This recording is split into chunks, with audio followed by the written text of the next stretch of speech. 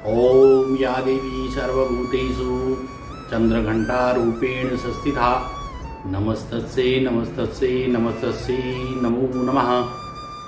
जय श्री केदार मित्रों, सभी सनातनी माँ भगवती के भक्तों को शारदीय नवरात्रि की हार्दिक शुभकामनाएं। आज माता रानी का तीसरा दिन है और इस तीसरे दिन माँ भगवती के चंद्रघंटा रूप की पूजा की जाती है। कैसे इनकी पूजा की जाती है, क्या इनकी कथा है और इनकी पूजा करने से आपको या जितने भी भक्त हैं उनको क्या आशीर्वाद स्वरूप प्रसाद मिलता है, उसके बारे में बताने की कोशिश करता हूँ। आशा करता हूँ आप लोगों को ये वीडियो अच्छी लगेगी। तो सर्वप्रथम माँ भगवती का जो है आप मन से, सच्चे भाव से, श्रद्धा से, पवित्र भाव से आप माता रानी का स्मरण करिए और स्मरण करके उनका नाम का जो मंत्र है उस मंत्र को आप जाप करिएगा। माता रानी का जो चंद्रघंटा स्वरूप है, ये चंद्रघंटा दो शब्दों से मिलके बना है। चंद्र यानी चंद्रमा और घंटा मतलब घंटी, बजाने वाली जो घंटी होती है।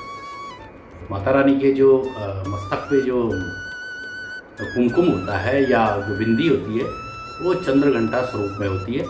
और सर्वप्रथम नवरात्रि की जो आपने 9 देवियों का जो स्वरूप है, इस तीसरे स्वरूप में माता रानी के 10 हाथ होते हैं, 10 भुजाएं होती हैं, जिसमें अलग अलग प्रकार की उनके अस्त्र शस्त्र और अभय मुद्रा होती है।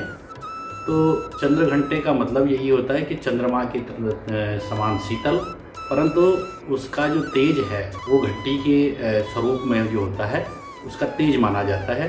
उसकी जो सकारात्मकता है, उसकी जो ऊर्जा है, उसकी जो पावर है वो एक घंटी के समान होती है। जैसे कि आपने देखा होगा किसी भी मंदिर में जब भी कोई पूजा पाठ होती है तो उस पूजा पाठ में घंटी जरूर बजाई जाती है। घंटी या घंटा, इसको बजाने से घर के अंदर की या मंदिर के अंदर की या आपके मन के अंदर की जो नकारात्मक ऊर्जा है वो जो है भाग जाती है। आपके मन में जो गलत और कलुष विचार हैं वो सब भाग जाते हैं, सब खत्म हो जाते हैं। आपके मन में पवित्रता आती है, शांति आती है और आपके मन में एक पवित्र भाव जो है माता रानी के प्रति होता है। या आप किस भी मंदिर में जाते हैं, उस मंदिर में जो भी देवी देवता का जो मंदिर है उनके प्रति जो है आपके मन में जो भाव होता है वो पवित्र हो जाता है, जिससे उस देवी या देवता का जो है जो भी आपको ऊर्जा मिलनी है, जो उनकी तरफ से जो प्रसाद मिलना है, जो उनका आशीर्वाद मिलना है, वो जो है तुरंत उसका फल मिल जाता है। तो मित्रों, आपको मैं थोड़ा सा इसके बारे में बताने की कोशिश करता हूँ कि कैसे आप जो है माँ भगवती के चंद्रघंटा रूप की पूजा करें। तो चंद्रघंटा जो स्वरूप है माता रानी का, वो मैंने बताया आपको कि इनकी जो 10 भुजाएं हैं, जिनमें आपने त्रिशूल, गदा, धनुष बाण, तलवार और कमल और साथ में अभय मुद्रा भी होती है। तो ये सब कुछ होता है। और ये सर्वप्रथम जो है माता रानी का ये स्वरूप सिंह में सवार होता है। जो सिंह की आपने जितने भी आपने स्वरूप देखे होंगे, जितनी भी फोटो या पिक्चरें देखी होंगी या जहाँ कहीं भी इनके जो है विग्रह देखे होंगे, तो सिंह स्वरूप सिंह में होती है, सिंगारूढ़। तो सिंगारूढ़ में जो 10 भुजाओं वाली हैं वो जो है माँ भगवती का चंद्रघंटा रूप है। तो पिछले ब्लॉग में मैंने आप लोगों को बताया था कि माँ ब्रह्मचारिणी की जो पूजा है वो बहुत सादगी और बहुत ही एकदम सात्विक ढंग से होती है। और उसमें मैंने आपको बताया था कि यदि आपको अपने घर में महालक्ष्मी की जो है स्थायी निवास चाहते हैं या अपने घर में, आपके घर में धन धान्य की वृद्धि हो, समृद्धि हो, तो आज तीसरा स्वरूप है माँ चंद्रघंटा का। तो माँ चंद्रघंटा का जो घंटा वो इतना शक्तिशाली होता है कि उससे जो है जो दुष्ट आत्माएं हैं, बुरी आत्माएं हैं, कलुष आत्माएं हैं, भूत प्रेत जो भी पिशाच जो भी हैं, या आपके घर में जो भी नकारात्मक ऊर्जा है वो सब खत्म हो जाती हैं। और उसको जो जब नष्ट हो जाती है तो उसके स्थान पे जो है आपके घर का जो वातावरण है वो बहुत ही पवित्र और शांतिमय होता है। और जहाँ पवित्रता और शांति होती है वहाँ माँ लक्ष्मी का जो है वास स्थायी हो जाता है। इसलिए जो है महालक्ष्मी के वास को अपने घर में पूर्ण रूप से स्थापित करने के लिए माँ चंद्रघंटा का की स्वरूप की पूजा जरूर करें। और अपने घर में या जहाँ भी आप मंदिर में जाते हैं तो घंटी जरूर बजाएं। उससे जो आपके केवल आपके जो घर की जो वातावरण है वो पवित्र हो जाएगा, शुद्ध हो जाएगा। और यदि मंदिर में जाते हैं तो आपके मन मस्तिष्क में जो गलत विचार हैं या कलुषित विचार हैं, जो दुष्ट प्रवृत्तियाँ या दुष्ट आपकी जो आचरण है या दुष्टता से भरी जो आपके मन में भावनाएं हैं वो सब खत्म हो जाती है। आपके मन में भी पवित्रता आती है। और जिस भाव से आप महालक्ष्मी का आगमन के लिए अपने घर में आप पूजा करते हैं तो उससे जो है महालक्ष्मी प्रसन्न होकर के आपके में स्थायी निवास करती है। तो मित्रों, मैंने आप लोगों को इसकी पूजा पद्धति के बारे में, तो माता रानी की जितने भी स्वरूप हैं सबकी पूजा पद्धति एक ही प्रकार की है। पूजा पद्धति में कोई भी वो नहीं है, अलग वो नहीं है। सबका एक ही वह है कि आप सुबह उठिए, सुबह उठ के स्नान आदि से जो है निवृत्त होकर के अपने आप को शुद्ध गंगा जल से पवित्र करके उसके पश्चात अपने जिस भी स्थान पे आपको माता रानी का जो मंदिर बना रखा है, जो उनका आसन दे रखा है, उस स्थान पे माता रानी के लिए एक चौकी बनाइए। चौकी में जो है लाल कपड़ा बिछाइए, पीला कपड़ा बिछाइए। उसके ऊपर एक चांदी की या जो है तांबे की एक थाली रखिए, या आपके घर में जो भी उचित है, जो भी बर्तन आपके पास है, स्टील का जो भी है, उस थाली को आप रखिए। उसके ऊपर जो है माता रानी का विग्रह रखिएगा। माँ चंद्रघंटा का विग्रह रखिए। यदि विग्रह नहीं है तो आप माँ चंद्रघंटे का स्वरूप रख सकते हैं, फोटो रख सकते हैं। और चूँकि आप लोगों ने कल परसों में माता रानी के नाम से आपने कलश स्थापना की होगी, तो उस कलश स्थापना के बगल में ही जो है माँ चंद्रघंटा का ये स्वरूप स्थापित करिएगा। परंतु जब आप पूजा करते हैं तो पूजा करने से पहले सर्वप्रथम आप जो है माता रानी के नाम से सर्वप्रथम आप जो है संकल्प लीजिए कि हे माँ भगवती, मैं फला फला जो भी आपका नाम है, आपके जो है चंद्रघंटा स्वरूप की पूजा कर रहा हूँ। और मेरी इस पूजा के पश्चात मेरी जो है जो भी मेरी श्रद्धा की प्रसाद, यदि माँ भगवती आप प्रसन्न हैं तो मेरे जो है घर में जो भी मेरे दुख दारिद्र्य है, जो भी मेरे घर की परेशानियाँ है, जो भी मेरा कर्जा है या मेरी बीमारी घर में, या जो भी कलुषित या गलत वातावरण है, इसे जो है ख़त्म करके मेरे घर का जो वातावरण है बहुत शुद्ध करके, पवित्र हो करके, और मेरे घर में जो है लक्ष्मी रूप में वास करें। इस तरह से जो है आप माता रानी के नाम से आप सर्वप्रथम संकल्प करें। उसके पश्चात आप माँ भगवती को जो है आप गंगा जल से शुद्ध करें। उनको आप स्नान कराइए, या आपके पास स्वरूप है तो स्वरूप को आप जो है गंगा जल से आप जो है उसे पवित्र करिए। उसके बाद माँ भगवती को जो है कुमकुम जल लगाइए। कुमकुम का टीका लगाने के पश्चात उनमें माता रानी के उनमें अक्षर जरूर लगाएं। माता रानी को पीले पुष्प पसंद है तो माता रानी को पीले पुष्प अर्पण करिए। पीले पुष्प के साथ साथ पीले फूलों की जो है माला अर्पण करिएगा। माता रानी के आगे जो है घी का दीपक जरूर जलाएं, साथ में जो है धूप बत्ती जरूर जलाएं। और अनुष्ठान में के लिए आपको माता रानी के लिए जो भी आपको अर्घ में देना है, अर्घ में उनको मीठा बहुत पसंद है, खीर हो जाए। माता रानी को खीर बहुत पसंद है।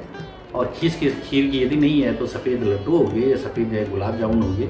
इस तरह से आप माता रानी के पूजा में जरूर जो है अर्पण करें। इसके साथ ही साथ आप जो है माता रानी को फल भी ऋतु फल जरूर अर्पण करें, और आप केले जरूर अर्पण करें। आज के क्योंकि माता रानी को सब कुछ पीला पसंद है तो आप केला ही जो है आप अर्पण करिएगा। इससे माता रानी बहुत प्रसन्न होती है। जब पूरी पूजा हो जाती है तो पूजा करने के पश्चात आप माता रानी की आरती जरूर करें, अवश्य करें। यदि सुबह संभव नहीं है तो शाम के टाइम, सांझ के टाइम पे आरती जरूर करें। पूजा का समय हमेशा कोशिश करें कि सूर्योदय से पहले हो, सुबह 4:30 बजे से 6 बजे के बीच में। यदि आप इस दौरान आप कार्य करने में, पूजा करने में असमर्थ हैं तो जो भी आपका विशेष अभिजीत मुहूर्त होता है या सूर्योदय के बाद जो भी आपका शुभ मुहूर्त होता है, उस मुहूर्त में आप माता रानी की पूजा करिएगा तो आपको जो है माता रानी का फल बहुत जल्दी तुरंत मिलता है। माता रानी बहुत जल्दी तुरंत प्रसन्न हो जाती है। मैंने कहा कि जब पूजा पूरी हो जाती है तो उसके पश्चात लास्ट में आरती जरूर करिए। आरती हमेशा सपरिवार करिए, अकेले कभी आरती ना करें। आरती खड़े होके करिएगा, उसमें घंटी जरूर बजाइएगा। बहुत आनंदित ढंग से, बहुत प्रसन्न भाव से आप माता रानी की आरती करें। आरती करने के पश्चात जो है आप माता रानी से प्रार्थना जरूर करें कि हे महाभगवती, मैं आपकी जो पूजा कर रहा हूँ, इस पूजा में मेरे से अगर कोई त्रुटि होगी तो उसके लिए मैं क्षमा चाहता हूँ। मैंने अपने जो मेरे सामर्थ्य थी, जो भी मेरा अपना भाव था, मैंने सच्चे मन से आपका जो है आपकी पूजा करी है। ये मेरे इस पूजा से आप जो है प्रसन्न होना और मेरे घर में जो है हमेशा के लिए वास करके, मेरे घर में लक्ष्मी स्वरूप में वास करके मेरे घर में धन धान्य की वृद्धि करना, मेरे घर में समृद्धि करना और मेरे घर की जो है जो दुख दारिद्र्य है वो दूर करना। इस तरह से प्रार्थना जरूर करना। मैंने कल भी आपको एक उपाय बताया था, एक आज भी वही विशेष उपाय मैं आपको दोबारा दोहराना चाहता हूँ। ये विशेष उपाय ये है कि आप चांदी का एक सिक्का लीजिए, उसमें हल्दी और कुमकुम दोनों, हल्दी और कुमकुम दोनों उन पे जो है लगाइए, साथ में अक्षत लगाइए, उसे एक पीले कपड़े में या पीले रुमाल में बांधिए, पोटली बना करके माता रानी के चरणों में उनको जो है रख करके पूजा करें। ओम देवी चंद्र घंटाए नमः, ओम देवी चंद्र घंटाए नमः। इस तरह से जो है 11 बार जो है मंत्र का जो है आप उच्चारण करें। और उसके बाद ओम ऐं ह्रीं क्लीं चामुंडाय विच्चे नमः, ओम ऐं ह्रीं क्लीं चामुंडाय विच्चे नमः, ओम ऐं ह्रीं क्लीं चामुंडाय विच्चे नमः। इसको 108 बार आप माता रानी का एक माला जरूर आप जाप करें। तो आपकी जो है उसके बाद ये 9 दिन तक आप जो है माता रानी के चरणों में रखिए, डेली पूजा करिए, डेली उसको धूप दीप अर्घ्य जब डेली दीजिए।